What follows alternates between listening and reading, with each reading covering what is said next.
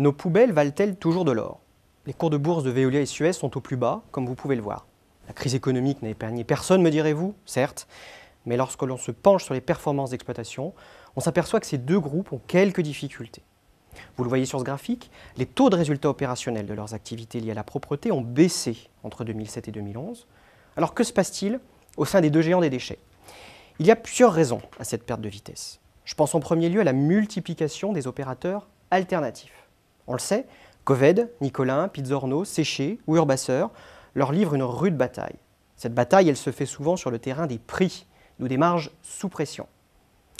Deuxième raison des difficultés de Veolia et Suez, les communes françaises remettent de plus en plus en cause le leadership des deux géants en changeant de prestataire. La mainmise de Veolia et Suez sur l'incinération et l'enfouissement leur permet de faire la pluie et le beau temps en France sur les prix de ces services.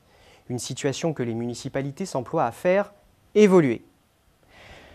Troisième raison à ces difficultés, le développement du recyclage comme mode de traitement à part entière. Je m'explique. Mettre un pied dans le recyclage, comme l'a fait Veolia et Suez, à travers de grandes acquisitions, c'est rendre l'activité de gestion des déchets plus dépendante de la conjoncture. C'est donc un point faible actuellement. Jusqu'ici, les revenus des gestionnaires de déchets dépendaient des producteurs de déchets, c'est-à-dire pour beaucoup des collectivités locales. Les entreprises vivaient sur des rentes de situation, les volumes d'ordures ménagères progressaient peu ou prou, quelle que soit la conjoncture. Demain, le recyclage et plus généralement la valorisation des déchets va devenir stratégique pour les gestionnaires de déchets. Stratégique car c'est à ce niveau que se créera la valeur. Le recyclage est en effet dorénavant privilégié par les pouvoirs publics par rapport au mode de traitement traditionnel. De ce fait, la croissance des revenus des gestionnaires de déchets va de plus en plus dépendre des consommateurs de matière, comme les entreprises industrielles, et moins des revenus des producteurs de déchets.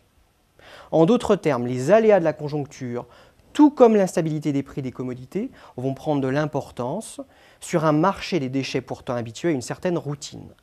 L'instabilité va devenir la règle. Le recyclage est bel et bien stratégique pour Veolia et Suez, car il modifie leur modèle économique. Mais c'est aussi paradoxalement une activité qui les fragilise en ces temps de crise économique. Nos poubelles valent donc toujours de l'or, mais cet or a simplement perdu de sa valeur, au moins pour un temps.